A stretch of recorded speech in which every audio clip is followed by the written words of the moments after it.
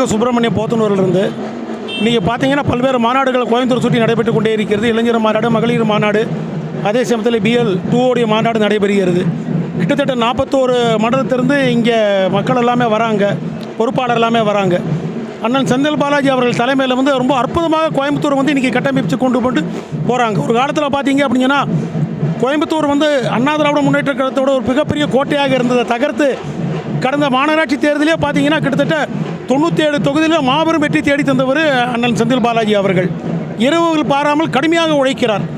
எப்போது பார்த்தாலும் எத்தனை மாநாடுகள் நடத்தினாலும் அவர் தலைமையிலே நடைபெறுகின்ற மாநாடு அத்தனையுமே அற்புதமாக நடைபெறுகிறது. பெருவாரியான கட்சி தோழர்கள், தொண்டர்கள் கலந்து கொள்கிறார்கள். அத்தனை பேருக்கும் சிறப்பான ஏற்பாடுகள் செய்யப்படுகிறது. அது மட்டும் இல்லை, இப்போ நடக்கக்கூடிய இந்த மாநாடுகள் அனைத்துமே பார்த்தீங்கன்னா திராவிட முன்னேற்ற கழக மாண்புமிகு தமிழ் முதலமைச்சர் அவர்கள் தளபதி மு க ஸ்டாலின் அவர்கள் தலைமையிலே வெற்றியை தேடிக்கொண்டு போய்கொண்டிருக்கிறது.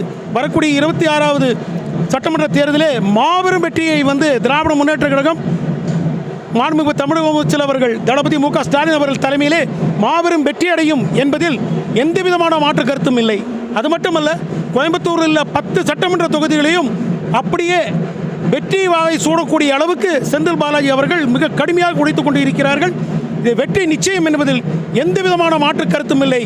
எதிர்காலத்தை நோக்கி வெற்றிகரமாக திராவிட முன்னேற்ற கழகம் செல்கிறது, தமிழகம் செல்கிறது.